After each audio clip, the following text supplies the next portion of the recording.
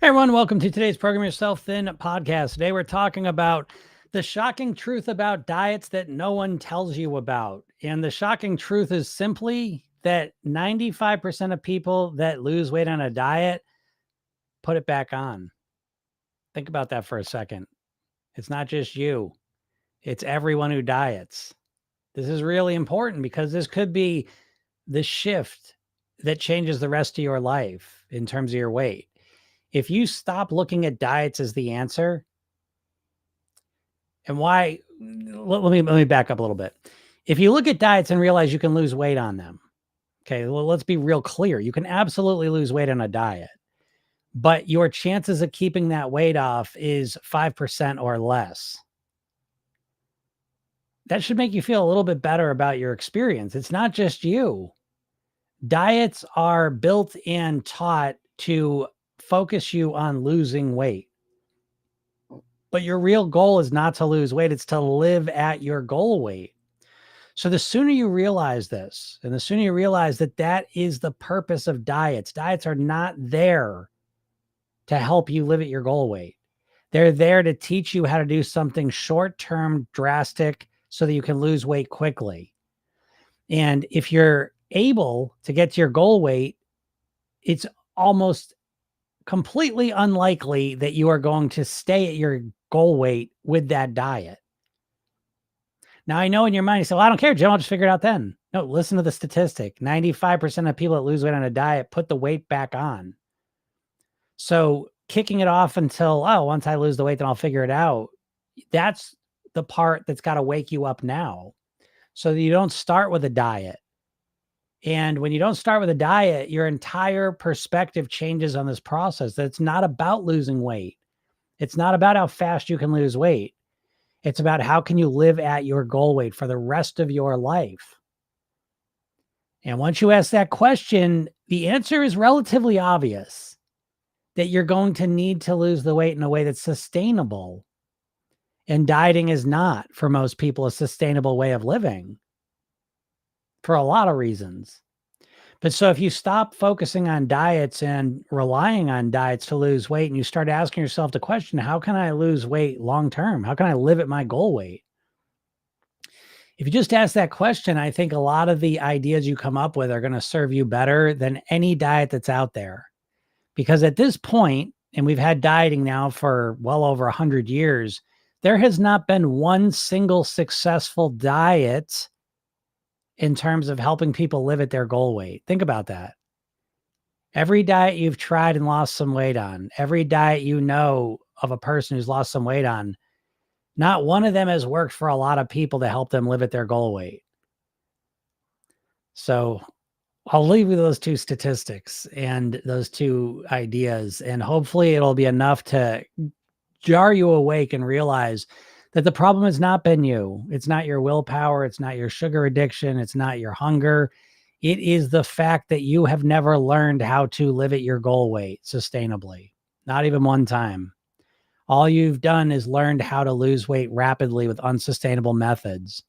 And this is why it keeps happening. It's not a willpower issue. It's a knowledge issue. And as soon as you learn a better way to master your weight, you will get better results because it'll make sense. And if you want to learn what that way is, click on the link in my bio, go get the hypnosis session, go watch the video I made for you, and I will show you a better way. You can decide for yourself. But I think you'll quickly realize that you have been misled this entire time and that it's not your fault. It's that you've never learned how to do it. So I hope this helps you out. If anyone has any questions, feel free to ask them. We are on a beautiful Tuesday, springtime right around the corner here. So I hope everyone's feeling good, getting in the mood to become healthier, happier, defrost from the winter. I know not everyone lives in the cold weather like I do, but even still, even if you live in warmish weather, I think that, this time of year just feels, I don't know, things are growing. Well, how is it? I don't know. Florida and California, what is it? Just things grow forever? There's still seasons, right? Plants and bushes and stuff grow differently, right? Just because it's warm all year. You have a growing season the same all year? I don't know. But regardless, I hope you're all having a nice day. And I hope that if you do want to lose weight, that you ask me some questions, because if you're struggling, that's what I help people do. I'll help people get back on track and make it happen. It's weird. So yeah. So I don't know how everyone's doing. I will tell you one thing I learned. This is going to sound like out of nowhere, but what was I reading about? Him and hers. Is that what it's called? Let me just make sure I see this real quick. Yes. Okay. It is him and hers. I see a lot of marketing for that stuff. Be careful of that stuff. They are not actually, if I'm understanding that correctly, make sure. Let me just double check this real quick.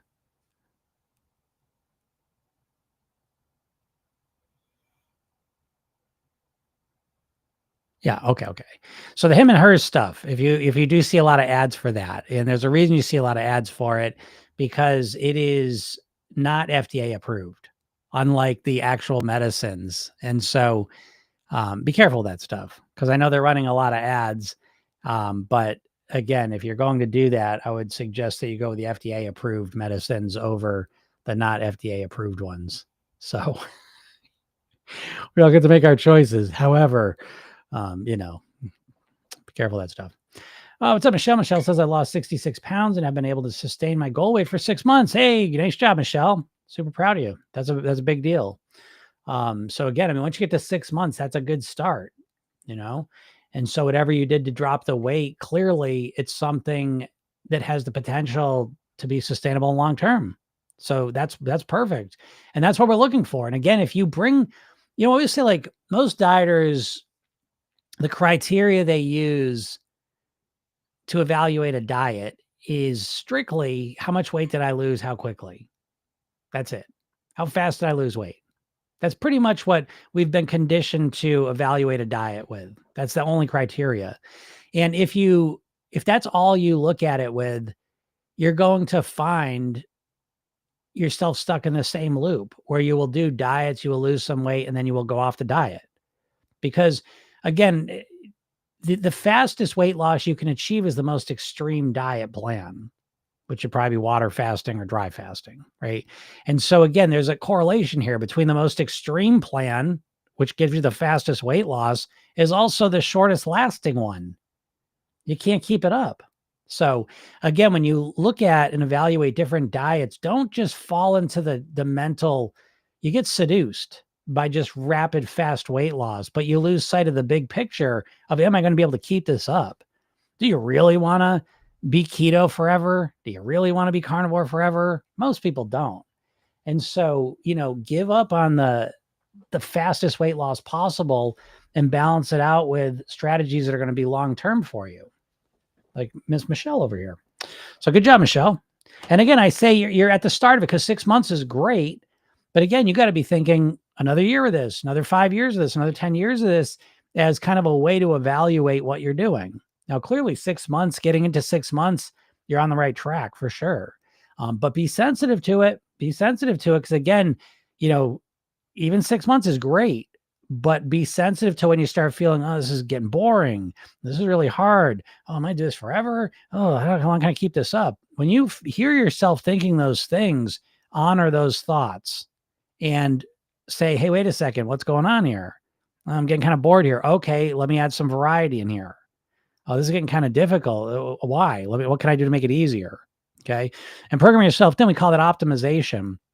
And optimization is really about, how can I make what I'm doing? So in Michelle's case, she's in a nice spot because she's lost the weight and now she's maintained it for 6 months. So now the optimization is, how can I make what I've been doing to lose the weight and then maintain it easier and more enjoyable? That's it. And the more you focus on those two questions of optimizing and to make it easier, more enjoyable, you keep revealing and uncovering strategies. You keep optimizing what you're doing so it becomes easier and more enjoyable. And every time you do that, your chances of sticking with it go way up. Right. So again, great job. But yeah, you're still active. Obviously, you probably know that. So nice job. I write in blue. Any advice on conquering binge eating?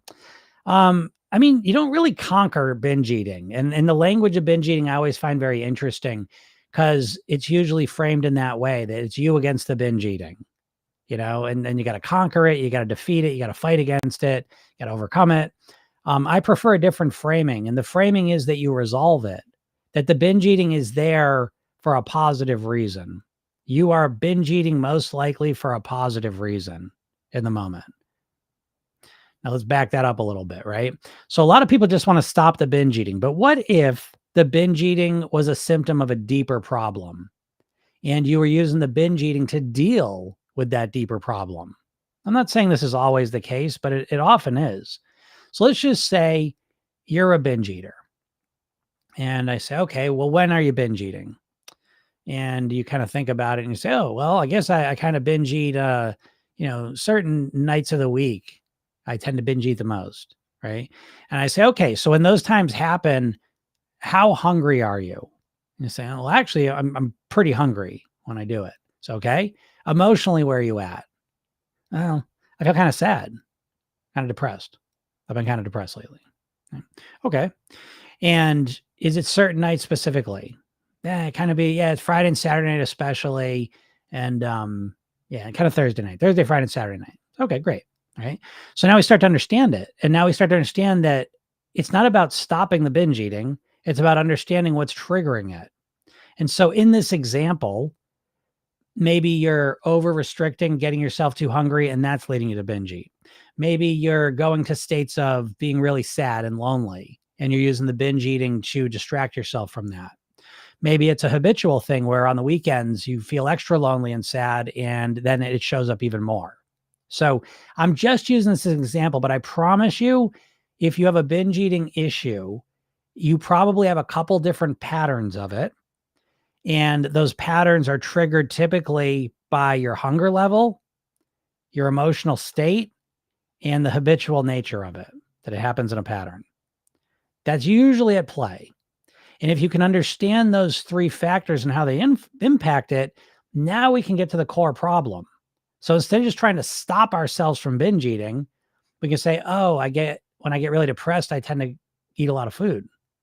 Okay, so the solution is not to stop binge eating, because then you're just a depressed, thinner person. That's not what you want. Now we can say, okay, how do I want to feel? Well, I want to feel more connected. I want to feel happier. I want to feel more motivated. Okay, so how can you do that?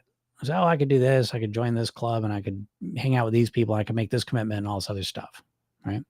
And so, again, we diagnose it, and then we look to find real, genuine solutions and resolutions to the core problem.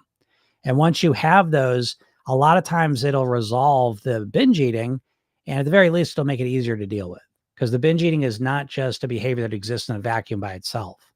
There's other factors involved. So that's my advice. And I hope that helps you out, because a lot of people are just trying to stop it, and that's not a very effective strategy as far as I've seen. But if anyone has any other questions, feel free to ask them.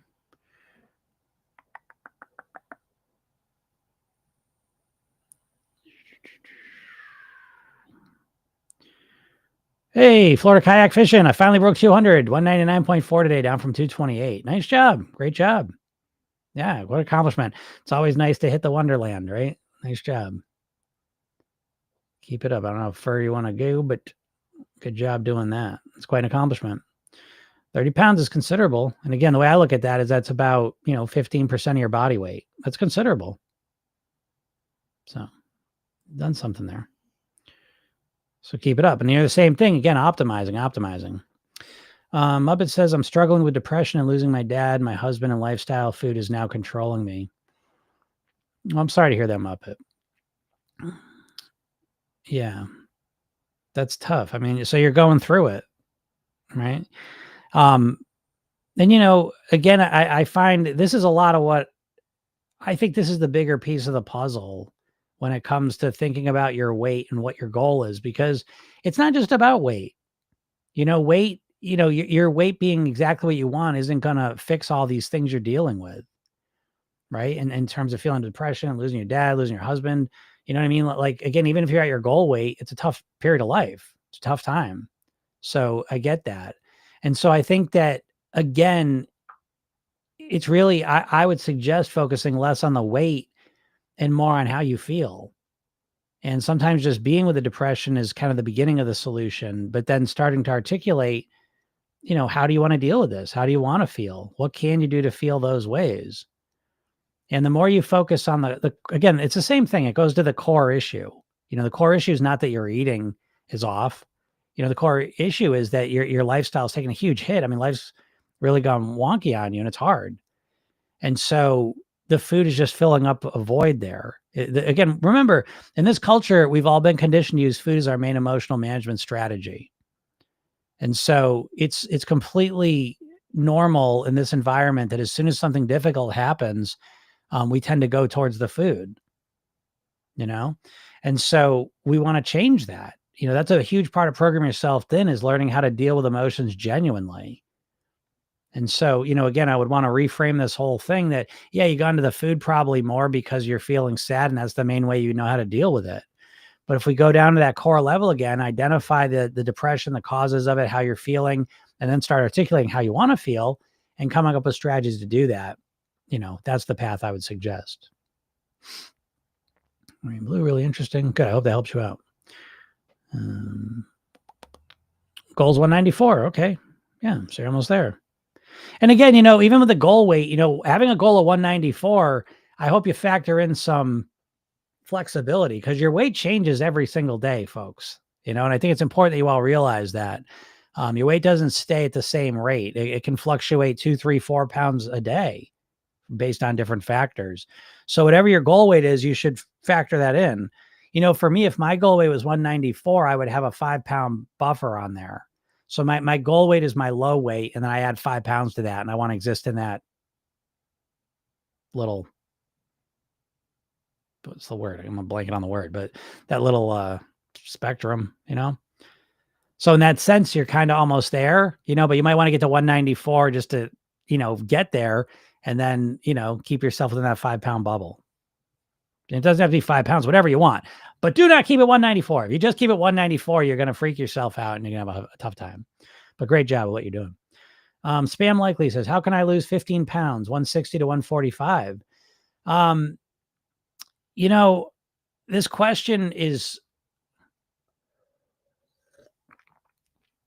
it's interesting to me to get this question. And I find this interesting. Always in comments on my videos, always see someone will write like, oh, well, I lost 40 pounds in the last 2 months. And it's like, people just fall over themselves asking, how'd you do it? How'd you do it? How'd you do it? How'd you do it? And it's like, I find this to be one of the craziest parts of the weight loss world. And it reveals something so fundamental that is the problem. And what it is that you've been misled the whole time with weight loss because diets are constantly misleading you. And I'm going to take this to a semantic level first. So how can I lose 15 pounds? Right off the bat, you can't lose weight. This is a really important point to understand. Losing weight is a semantically ill-formed phrase in the sense that you can't actively lose weight. There's no such thing as losing weight. It's a complete inaccurate description. It's like saying, how do I make money? You don't actually make money. Now I know, I know what I mean. You don't know what you mean. That's why you're here asking me, how do I lose 15 pounds? And all of you are asking you all have the same question. How do I lose? How do I lose? How do I lose? How do I lose? And I'm telling you that framing, how do I lose the weight, is the beginning of your confusion and ineffectiveness, because you can't lose weight. Cause and effect. Weight loss is an effect. You can't make effects happen. They happen naturally when you activate the right causes. So you can't lose weight. You can eat less calories. You can change your lifestyle. And over time and through some magical process, your weight goes down. But you can't actively lose weight short of chopping a limb off. You can't make money short of getting a counterfeit machine. So I know you say, Jim, I want this bullshit. It's just words. No, because your subconscious mind's extremely literal. And when you're constantly getting focused on losing weight, they're constantly distracting you from your locus of control. Your control is over what you put into your mouth primarily, and then how you live underneath that. And so the question should be, how can I reduce my calories so that my weight goes down by 15 pounds? That's a much more accurate way to ask that question. And it's much more clarifying for you and your subconscious mind. Your subconscious mind's like a computer, and you need to be very literal with it. That is part of the messaging there with program yourself then. It's programming your subconscious mind very literally to bring you to your goal weight and let you stay there. So, how can I reduce my calorie consumption so that my body will let go of 15 pounds and I'll be 15 pounds lighter and live there? That's a much better question. And I think instantly it starts to focus your brain in a different way, because what your weight comes down to really is what you're consuming habitually. What is this thing? Oh, I see. Oops. So yeah, so how can you lose 15 pounds? I don't know. You have to reduce, let's see. So you're 160. So you want to drop about 10% of your body weight. I would start by working to reduce 10 to 15% of my calorie consumption on average. That's a quick answer. Florida kayak, I'm trying for 15% subcutaneous fat. Watching TV makes us eat. Yes, absolutely. TV absolutely makes you eat. I mean, again, what do you think funds TV, folks? Who do you think one of the main? Well, I mean, geez, it's got to be pharmaceuticals at this point. It seems like every single ad is a pharmaceutical ad, and those are the most.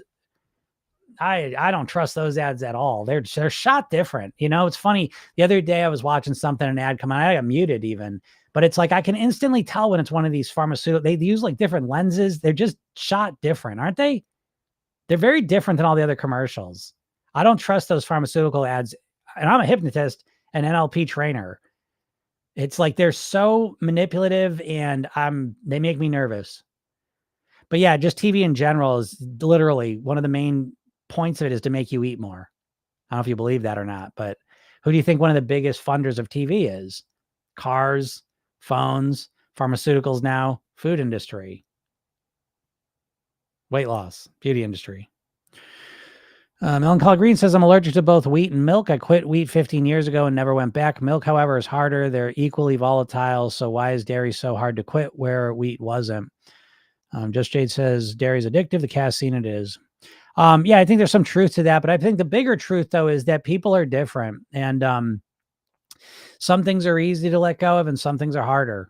And I think that's a better description because, we can look at the ingredients of things. And some people will have a harder time giving up wheat and an easier time giving up milk, even though there's casein in it. So I think that's a better way to look at things because you're going to find that's very accurate and it really does show up. And we all just, some things, I don't know, like why are some things easy for me to give up and some things aren't? I don't know, but just the way it is, but that's okay.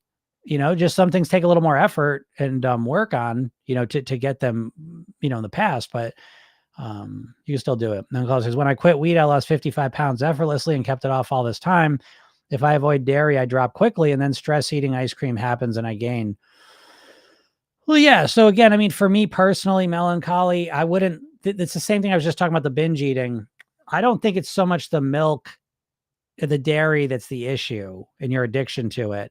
I would say it's probably more the association you have that when you get stressed, ice cream's your food of choice to help you deal with it. Yeah, there you go. She says, dairy's my go-to comfort food. I only crave and eat when I'm stressed. Yeah.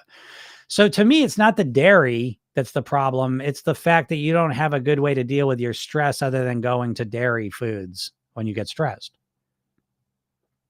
You see that reframing changes everything though.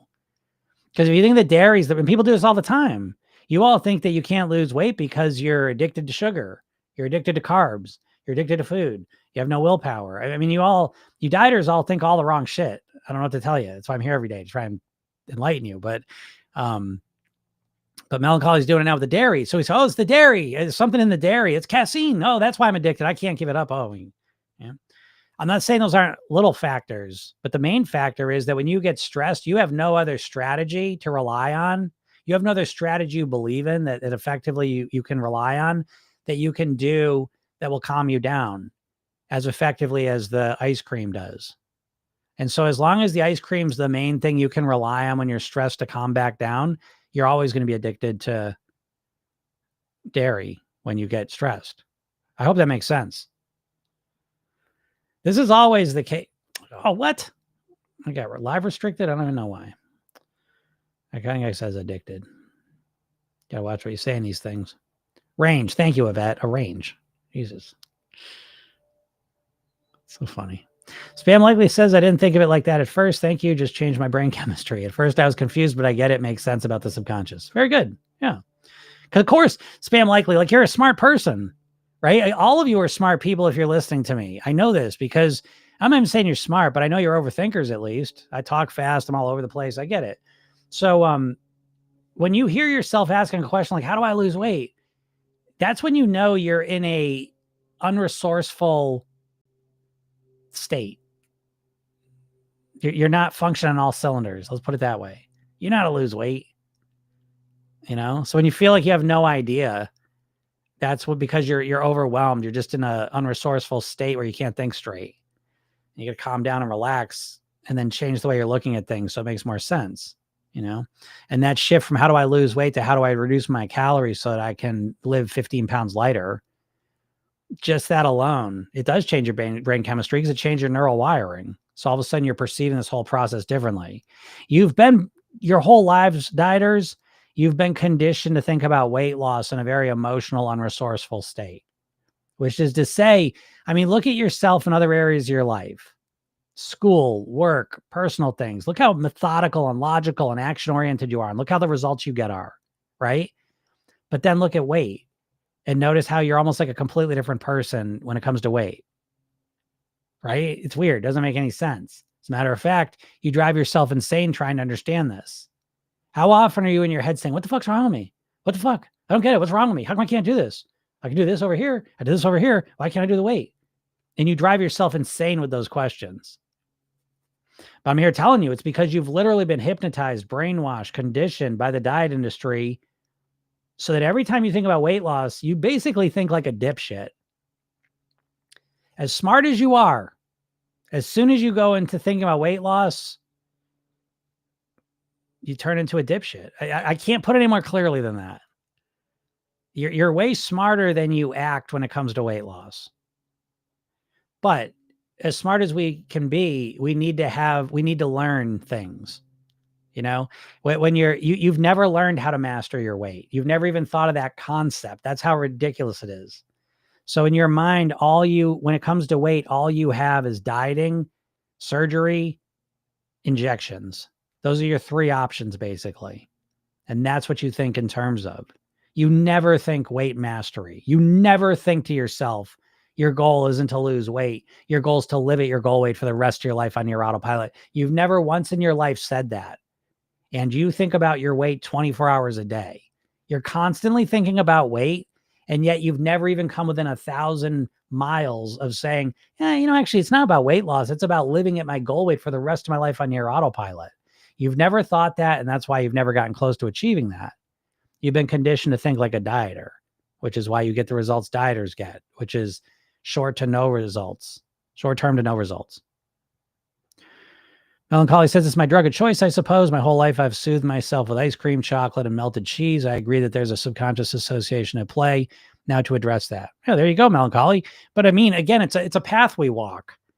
And so you're way better off now than you were 10 minutes ago when you thought it was the magical addictive qualities of milk. Because how would you deal with that? Willpower, right? If milk is just this super addictive thing and you're addicted to it and wheat was easy and you lost a bunch of weight, when I stop drinking milk, I lose a bunch of weight, but I can't stop drinking it because it's so addictive. Well, now you got a willpower battle forever. But that wasn't an accurate sense on it because it took us 2 seconds of looking at it to realize, no, it's when I get stressed is when I eat it. Oh, okay. So it's not the magical addictive qualities of dairy. It's the stress situation. And when it comes, you have no way to deal with it other than eating ice cream and cheese and chocolate. So there is a subconscious association at play. And now to address that, I will tell you, don't get too confused with this. Really all you need to do is come up with 1 or 2 better strategies to relax. When I get stressed, now you want to dive into the stress. What stress show up for in your life? When do you get stressed? How does it look? What do you say to yourself? How do you act? This is what we do in the program. So again, if you ever are serious folks about your weight, you may want to consider the Program Yourself course, because we do all this stuff, you know. Yeah, no cause this is really helpful. Thank you. You're welcome. That's what I do. Tristan says, I love dates and they're very healthy, but I will binge on them. Should I stop buying? I mean, there's always multiple answers to questions. So, should you stop buying? I mean, that's one answer. You could buy less of them. You could buy them in a way where, I mean, I don't know how long dates last, so whatever. You could buy less of them. You could eat them only when you go out, so it just depends. You could learn how to eat less of them. That's a little more complicated and it'd be harder for you to do on your own, but there's lots of answers. And so I like to give myself a couple options because I think it's really important during this process that you're always connected to your autonomy. Autonomy is so crucial for humans. We need to feel like we're in control and we're making the decisions. And so I don't like if I came out and said, yeah, you got to stop buying dates. But that's one answer. Maybe that resonates, maybe it doesn't. But I'd rather give myself 2-3 different options and see which one feels most exciting to me. And then I would go kind of work on that. So yeah, or keep buying them and work on it. It's up to you. You know what I mean? Like it's whichever one would give you the best quality of life is where we start. So what would give you a better quality of life? Do you imagine never eating dates again and not ever binging on them, or learning how to eat dates in a more moderated way for the rest of your life? And I don't know which path seems better to you.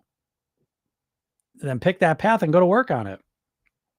So I'm gonna get them and I'm gonna moderate them. And then you go and you binge on them again. Okay, but did you learn from it? Because again, making mistakes isn't a problem, folks. Mistakes how you get better. So, if you commit to that, if that's really important to you, you can get dates and then learn how to eat it more moderately. It would take some effort and practice, most likely, but you can absolutely do it. Can you absolutely moderate them? I don't know. Sometimes you can't moderate things, it turns out. But again, it just matters how much they might mean to you. But we want to start with, what would give you the best quality of life moving forward, and then go from there. Wishing Star says, so what's the key to living at the goal weight? Great question. The key to living at your goal weight, I believe, in Program Yourself, then we have a weight mastery pyramid: mindset, lifestyle, eating. Okay, 3 categories. And so in the program, you get the weight mastery blueprints, take you through the questions to develop a thin and healthy mindset, thin and healthy lifestyle, thin and healthy eating structures. And they're all customized to you because you are a unique, one-of-a-kind person. So the strategies that work for me probably wouldn't work for you because we're 2 totally different people with totally different lifestyles, genetics, minds, all the rest of it. So I think that the key to living at your goal weight is to figure out what strategies work for you. Mindset, lifestyle, and eating related. Okay. So there's knowing what to do is the shorthand for that for you. The other piece is knowing how to get yourself to do it. And this is the mental programming piece. So in Program Yourself, then there's really 2 core components. There's the weight mastery blueprints and the Program Yourself Then technique. The Program Yourself Then technique is a minute hypnotic self-hypnosis technique you use to program your subconscious mind to do the things that you will give you the body and the results you want. Okay. So I think when you have both of those things, when you know what to do and you know how to get yourself to do it on near autopilot, that's the key piece. So it's not just following a plan, forcing yourself to follow a plan. It's using your willpower and your conscious energy to program your subconscious mind to do the things that keep you thin and healthy. So it's not dieting. Dieting is, here's the plan, just follow it. And you force yourself to do it. And you can do that for a little while. And then what do? You go back to your normal subconscious programming. So in Program Yourself Then, you create the plan based on you. And then you use this technique to program your subconscious mind to do those things on near autopilot. An example of doing something on near autopilot is brushing your teeth.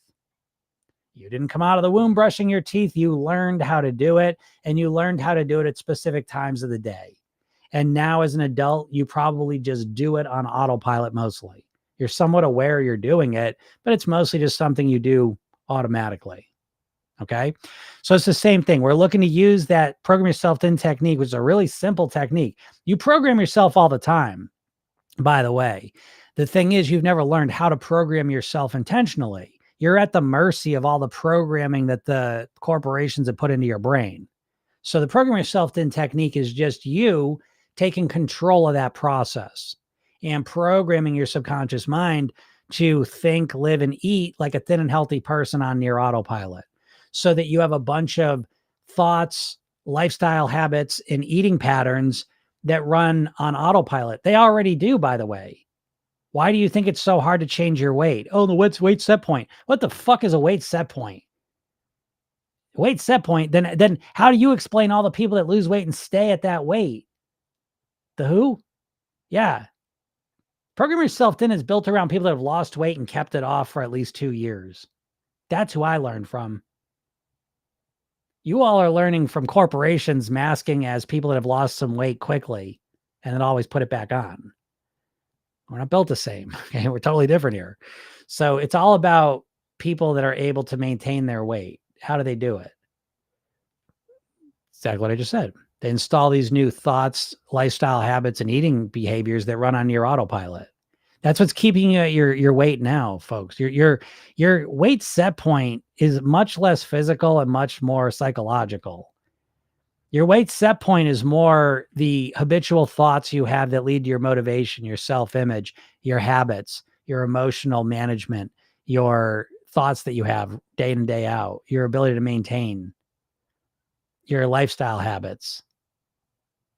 You know, what do I mean by lifestyle habits? So I'll give you the 8 habits we cover in the program in order of importance: your sleeping, your hydration, your relaxation, your breathing, your nourishment, your movement, your meditation, your gratitude.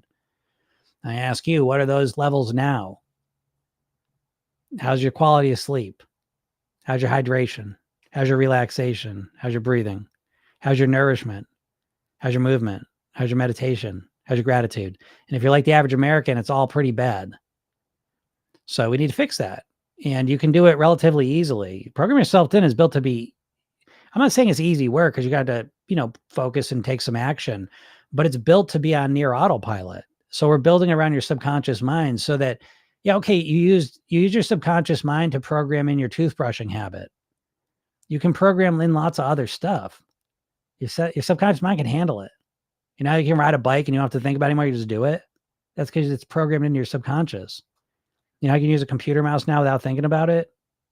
Guess what? So you've never learned how to use this part of your brain. It's not rocket science and it's not hard. But once you learn how to program your mind, you can program in strategically things that are going to make you thin and healthy and keep you there relatively easily.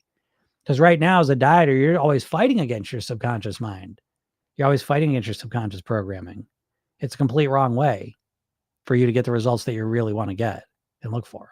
So, yeah, if you want to learn how to do it, again, I give you, there's a free hypnosis session I made for you, and I made a video for you taking through the whole process. It's free. Go check it out.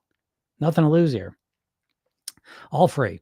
And so just click the link in my bio or go to programyourselfthin.com and go get it. Okay. As I made that stuff for you to help you out. This is a mission for me. And if you like this, I'm here live every day, Monday through Friday, usually around noon Eastern. And I'm here to help you answer your questions, whatever you got going on. I'm happy to help you.